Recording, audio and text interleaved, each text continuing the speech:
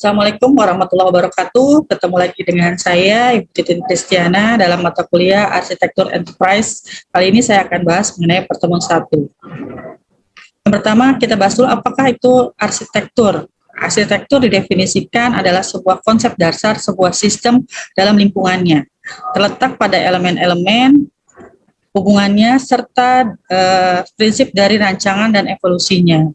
Arsitektur diperlukan untuk mengelola kompleksitas organisasi atau sistem yang sangat besar. Contohnya seperti gambaran struktur organisasi, proses bisnis di dalamnya, dukungan aplikasi dan infrastruktur teknis. Nah, seorang arsitek ini perlu untuk mendiskusikan arsitekturnya dengan para stakeholder, kemudian menjelaskan arsitektur serta dampaknya kepada semua stakeholder yang terlibat, yang biasanya memiliki latar belakang yang berbeda-beda. Stakeholder itu adalah seorang individu, kelompok, atau organisasi yang memiliki kepentingan atau ketertarikan dalam atau pertimbangan terhadap sebuah sistem.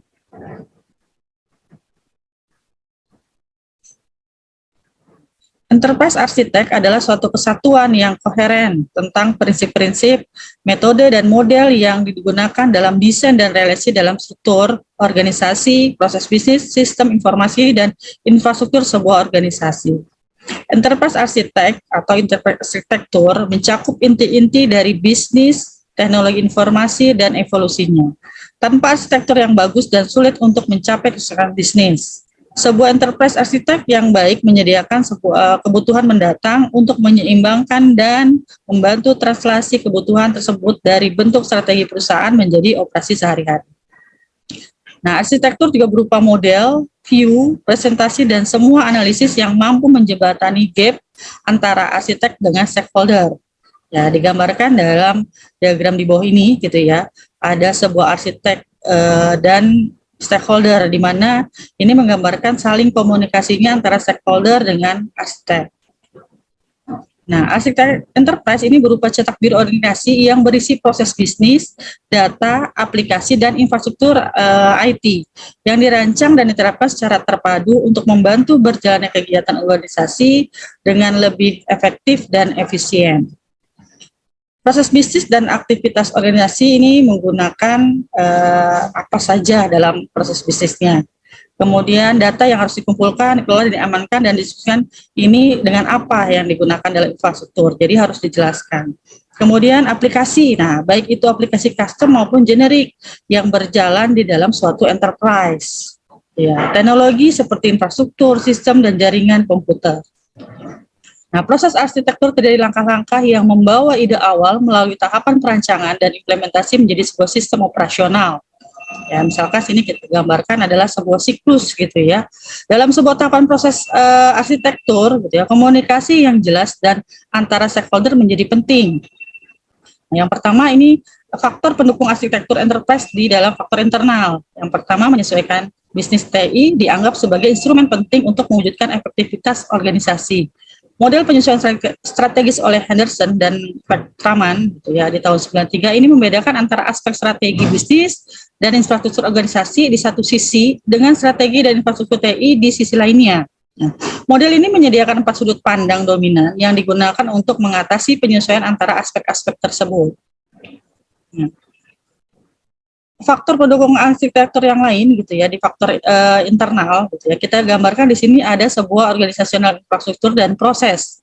Kemudian di IT-nya atau informasi teknologi ada IT infrastruktur dan proses. Ya. Nah, sedangkan di eksternalnya ada bisnis strategi, ada IT strategi.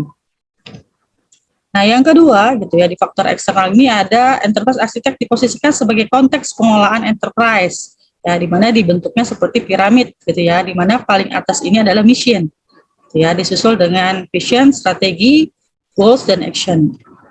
Nah, pada bagian atas piramid kita harus melihat misi dari sebuah enterprise. Ya. Mengapa? Karena visi dan misi menyatakan gambaran masa depan dan nilai-nilai yang dipegang teguh. Nah, berikutnya adalah strategi yang menyatakan jalur yang ditempuh enterprise untuk mencapai misi dan visi ditranslasikan ke dalam tujuan konkret yang memberi arah dan menjadi penanda dalam mengeksekusi strategi. Nah, tujuan ditranslasi menjadi perubahan konkret hingga ke operasi sehari-hari perusahaan adalah tugas enterprise arsitektur dalam menyediakan sudut pandang holistik dari operasi saat ini dan saat nanti, serta aksi yang harus dilakukan untuk mencapai tujuan perusahaan. Nah, arsitektur dipandang sebagai bagian hard dari perusahaan, ya, sementara bagian softnya adalah kultur yang dibentuk oleh orang-orang dan kepemimpinan untuk mencapai tujuan perusahaan. Sedangkan bagian bawah piramida adalah operasi harian perusahaan yang mencakup produk, proses, ya, people atau SDM, atau IT yang digunakan. Yang ketiga adalah arsitektur adalah instrumen strategi dalam memandu organisasi menjalankan arah pengembangan yang terencana. Nah, enterprise yang sukses menjalankan operasi model dengan memilih yang jelas pada level integrasi dan standarisasi proses bisnis di seluruh enterprise. Peran enterprise arsitektur sebagai pengorganisasian logis dari proses bisnis dan infrastruktur TI harus mencerminkan kebutuhan integrasi dan standarisasi dari operating model. Nah, framework menuntut agar perusahaan dan institusi pemerintah dapat membuktikan bahwa mereka memiliki pandangan yang jelas terhadap operasi mereka dan bahwa mereka telah mematuhi hukum yang berlaku. Nah, di USA, gitu ya, Silent Foreign Act ini juga dikenal sebagai Informasi Teknologi Manajemen Firm Act, ya, menuntut bahwa semua biro pemerintah harus memiliki sebuah IT arsitektur. Ya. Ada lagi framework lainnya, ini Basel II tahun 2004, ini didukung oleh Gubernur Bank Sentral dan pimpinan otoritas pengawas perbankan di negara-negara Group of Ten, menempatkan kebutuhan pada organisasi perbankan untuk memperhatikan financial risk management untuk mendorong stabilitas di dunia keuangan. US Act lainnya, ini di The Sarbanes-Oxley Act tahun 2002, dikenal sebagai Public Company Accounting for Home and Investor Protection Act, muncul setelah skandal Enron untuk mendorong perusahaan mengadopsi praktek good corporate governance dan untuk membuat eksekutif perusahaan bertanggung jawab secara operasional.